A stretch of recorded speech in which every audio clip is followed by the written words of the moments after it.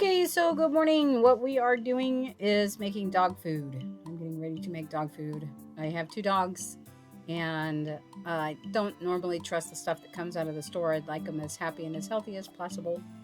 You'll have to pardon the crunching in the background. That is fish chewing on a bone. So the first thing that I have is a yam. So I'm going to go ahead and cut that in half. I leave the skin on it. I don't wash it. It's not necessary. They can have a little dirt. It's not going to hurt them any. And I'm going to cut those up into bite-sized pieces.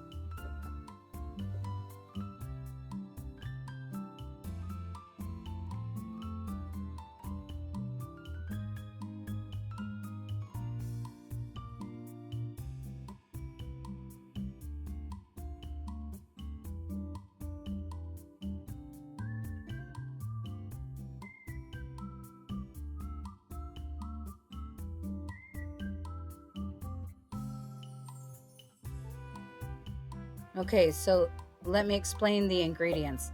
So what I'm holding is a bag of cranberry kale salad from Walmart. It's a few days expired, but it's not bad. That's what I'm checking for. The cranberries are not loose inside that salad. It's just kale. So that's what I was checking for, kale and stuff. That is mixed vegetables in a can. That's for roughage. That is chicken gizzards.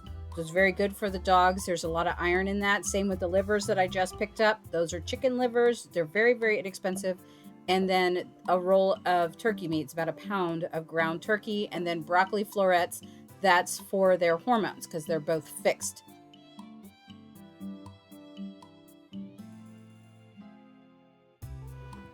Now here I am turning on the stove, and I'm also pulling out the poultry gravy because I do add a little bit of that.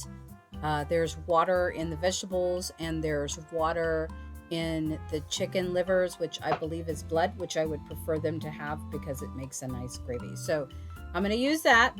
And I got to get that pan warm because we don't cook on a cold pan. That olive oil is actually very, very good olive oil. I'm actually surprised, but it is very good, and it's not very expensive. So the dogs are going to come in here, and while we're waiting for that pan to warm up, and they're going to play a little bit. So that's Forrest right there, and he's kind of a pisser. He's a border collie mix. I want to say Australian Kelpie, not sure. He's about 1.5 years old. And then my Rottie's going to come in, and she's going to play with him too, because that's what they like to do, is they like to play. So yeah, he's a funny guy. There she is. She's a little bit of a limp. She's a little sore on that leg, but she'll be okay. Honestly, there are a couple of Goombas, really. You'll see here in a second. He likes to get up in her face and kind of body check her to get her to play. See, there you go, the body check. Try to get her to play. He's actually really good for her. They don't fight. They just sound terrible. But she's a mama's girl, so she'll protect me. See? What a good kid. What a good girl. But we got to get that pan hot because we got to start those yams. So here's the olive oil. Olive oil is good for dogs. Yes, you can give it to them. So start your pan. Get that nice and warm. And then once that's warm, you can add... I start with the yams because they're the most dense.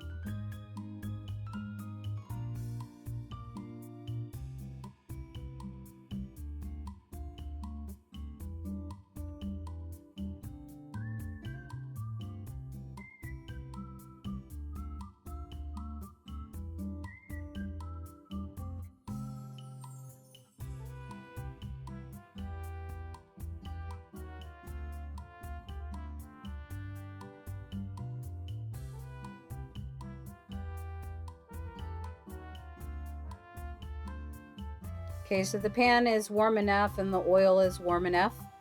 So I'm going to go ahead and start those yams. I'm going to give them a little bit to cook. I cook in layers, so it's the same way that I would cook for people. I cook for the critters. So the yams are going to start first. They're the most dense, like I said. And then I'm going to add the meat. I'm going to layer the meat into it but I want those yams to start softening up a little bit.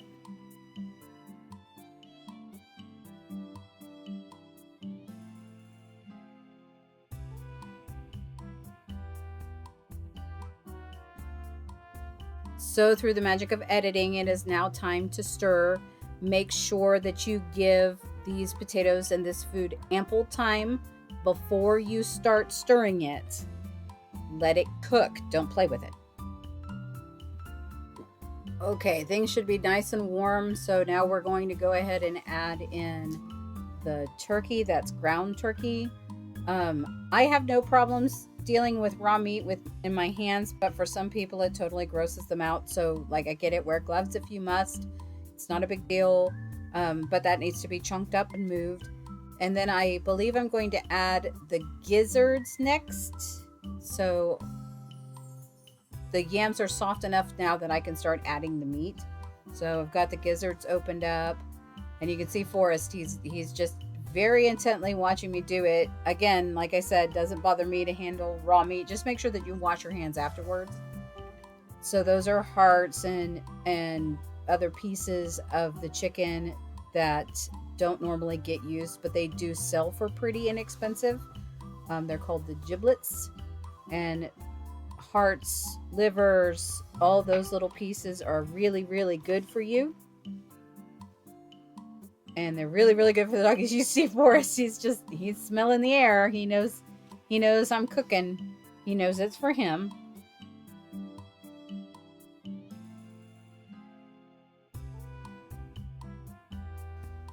So I dropped the bag of salad in. Like I said, the cranberries aren't dispersed in there. And I did pull out the little satchel that comes with it. All of those vegetables look fine. I think that was 5 or 6 days overdue.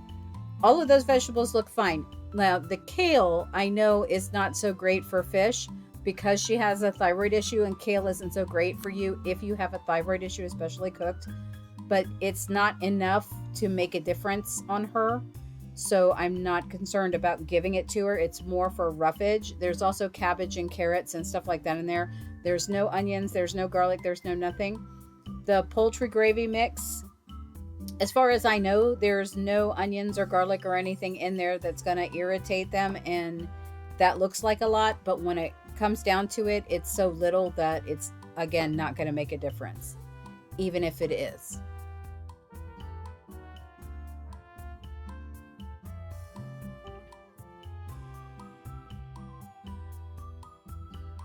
Next, I'm adding the broccoli in. That's frozen. It's still frozen. That's a cruciferous vegetable. Seeing as how fish and forest are both fixed, cruciferous vegetables are very important for hormone balance. And then the can of vegetables with water, and there's carrots and corn and stuff like that in there. It's not enough, like I said, to make a difference in these dogs. And now I'm adding the livers in. So that's livers and juice. And I'm hoping that that juice is actually blood and that there's good levels of iron in there.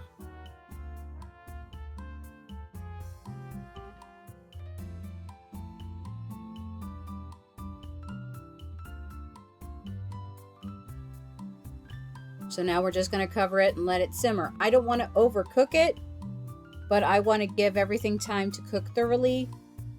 And also the broccoli to defrosted cook in with everything and all that water, so it creates this absolutely beautiful this food combination that the dogs really do enjoy. So that's the point. But it's also super healthy, super colorful. We're really happy, and we'll be stirring it a few times too. But I'm going to go ahead and put it on a time lapse.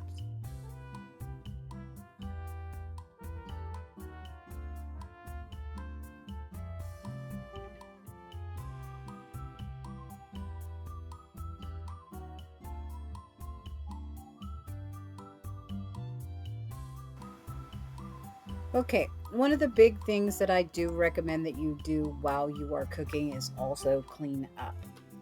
I am constantly cleaning because the dogs like to bring in a lot of stuff, and I like a clean house. And sometimes when I'm cooking and I'm waiting for things to get done, I can see other areas that I need to clean. So that's what I'm doing here, is just sort of cleaning up the stove and cleaning up everything, just to kind of get spots that I may have missed or I may have dropped stuff.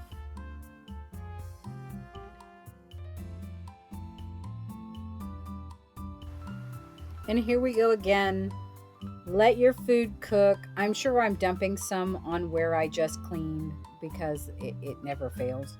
But I'm literally turning it over, so I'm trying to get those livers closer to the bottom and the stuff that's been on the bottom to come up to the top, so everything cooks nice and evenly and nothing gets overcooked or super overcooked, and kind of get everything mixed in. And that's what we want to do. And if you look at that, you see all of the different colors. It's almost like a rainbow, and that's sort of the way that people are supposed to eat too, from what I understand, at least how it was explained to me.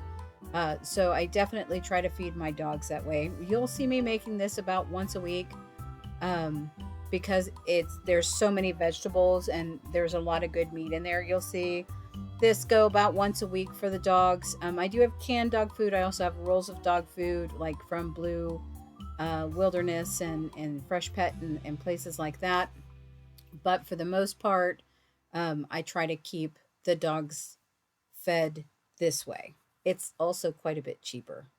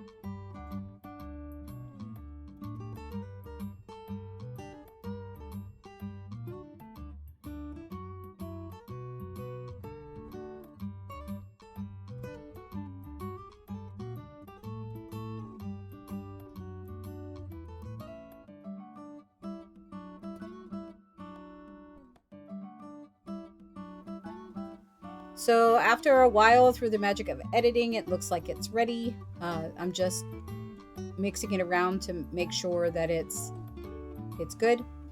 And then I'll pull it off the fire and I'll put it in the dog bowls with the kibble and give it a mix in, so the dogs have a good meal.